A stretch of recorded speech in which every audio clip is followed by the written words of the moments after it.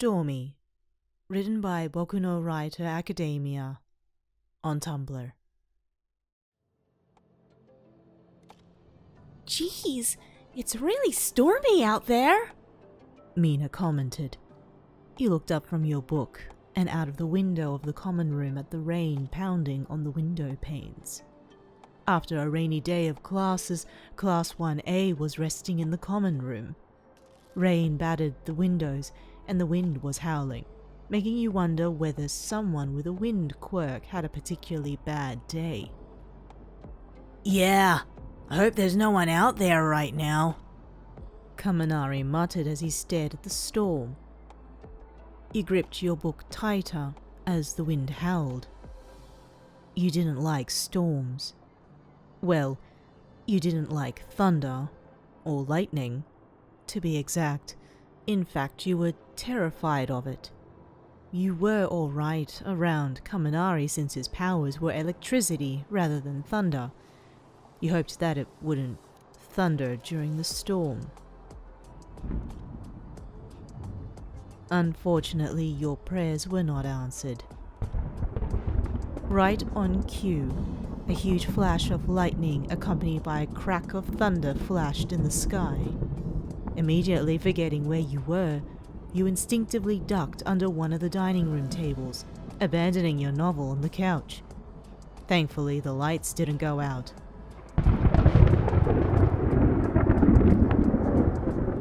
Whoa! That was a big one, Kirishima cried, laughing.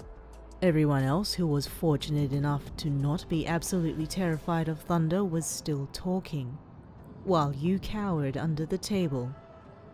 Thankfully, the others didn't seem to notice. Are you scared of thunder? You looked to the side to see Tokoyami slide under the table with you. You nodded, your hands covering your ears in anticipation of another thunderclap. Yeah, I hate thunder, you confessed. Suddenly, a second thunderclap lit up the building, causing you to cower into yourself. What you didn't expect was for Tokoyami to jump as well, his feathers ruffling. Are you okay? You stammered. Tokoyami ran his fingers through his feathers, flustered. A bird's hearing is better than a normal human's. Thunderclaps are very loud for me, he explained. Tokoyami flipped up his black hoodie, covering up the feathers which were now standing on end. That must be worse than me, you muttered, looking out the window at the rain. The storm wasn't letting up anytime soon. There was silence between the both of you for a while as the rumble of thunder in the distance persisted. The chatter of your friends slowly stopped as they left to go back to their rooms, as it was getting late. Should we head back to our...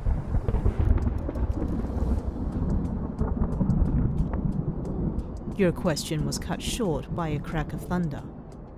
You weren't prepared, so you hadn't had your ears covered. You screamed out loud, cowering into yourself again. Suddenly, you felt a pair of arms wrap around you and pulled you into a comforting hug.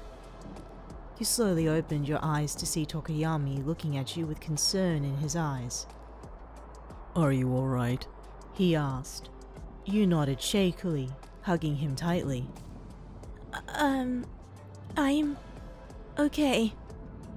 I'm sorry, you murmured, blinking away the tears in your eyes. Tokoyami nodded silently. Another crack of thunder sounded outside. You buried your head into Tokoyami's arms, his hoodie blocking out some of the storm. Now that the dawn was dark again, dark shadow appeared from Tokoyami's body to nudge you gently with his beak. You looked up at the creature, who was looking concerned. Smiling, you reached out and gave it a pat on the beak. I'm okay, Dark Shadow, you murmured. I don't hear the thunder anymore. Though it's still raining. Tokoyami commented.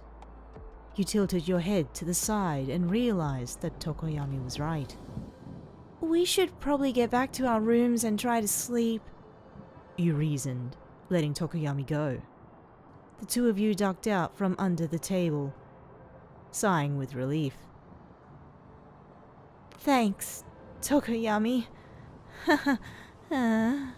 You laughed, relieved that the worst of the storm was over. Tokoyami nodded in acknowledgement. No problem. Good night. The boy replied. As the two of you went your separate ways, Tokoyami realized that he had never been so grateful that his feathers hid his blush.